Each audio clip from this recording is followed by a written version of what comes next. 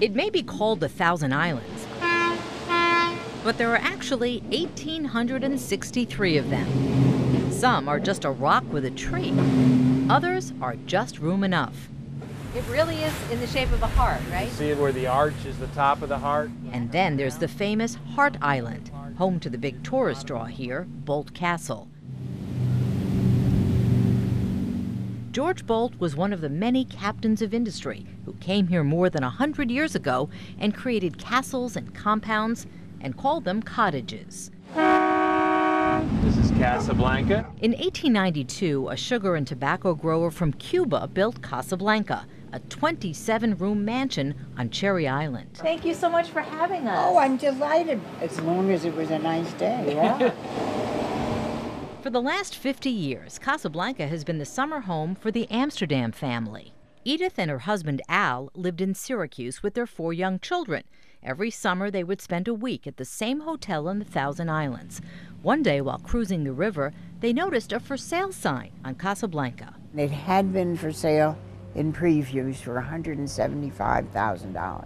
That was more money than I knew to be in the world at that time. 1962, we're talking. 1962. That was a fortune. The caretaker showed them the house. It was filled with all the original antique furniture, European china, stained glass windows, tin ceilings.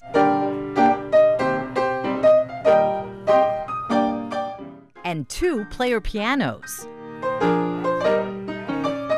All Edith could think about was how many things there were for her 4 children to break. Al thought it was perfect.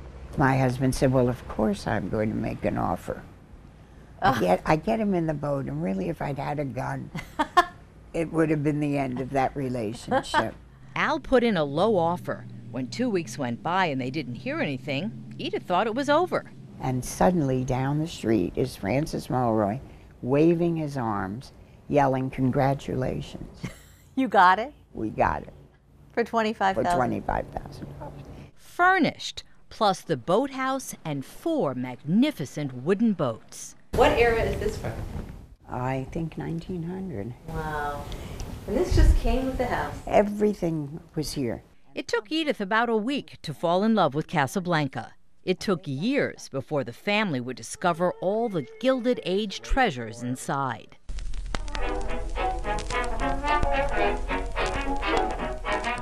Shut the doors. Wait, That's it. that's the volume control? That's the volume control. A curving staircase takes you to the upper floors of Casa Blanca. The home has 15 bedrooms and 8 bathrooms. This is the master bedroom, but the truth is it's never really gotten much use because this is Edith's favorite room in the house. It's the sleeping porch. Imagine waking up in the morning, lifting your head off the pillow, and seeing Bolt Castle. The 3rd floor bedrooms were the servants' quarters. The floors are matted so the sound of footsteps wouldn't wake the owners. But the butler's bell ensured that the servants would wake if they were needed. When Edith says they bought the house with all of its original contents, she means it. This is the laundry house, and it came with this 1914 Maytag, which Edith learned to use. And the word soon spread around the island. When the neighbors started sending their kids over to watch me do my laundry, like I was an exhibit at Cooperstown, I went to town to the hardware store and came back with a real automatic. No more 1914. No more 1914. Charming, and the fact that it still worked. They saved the Maytag, and the Amsterdams saved Casa Blanca. A contractor from Syracuse almost bought it, but the deal fell through.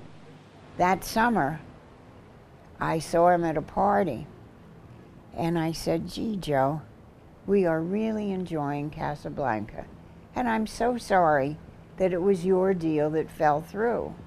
And he said, oh, that's okay, Edith. We were just going to tear the old dump down and build an A-frame. He built his A-frame. You can see it right across the river. But another family may soon have this view. Edith is in her 90th year, and the taxes on Casa Blanca are now more than they paid for the house. For the first time since that day in 1962, when Edith and Al boated by, Casa Blanca is for sale. The river has a hold on us, all of us. So we talk about selling. I don't know if that's ever going to happen, but How would you feel if you didn't have this I place think anymore? I'd feel terrible driving around saying to people, we used to live there. Yeah. We don't anymore.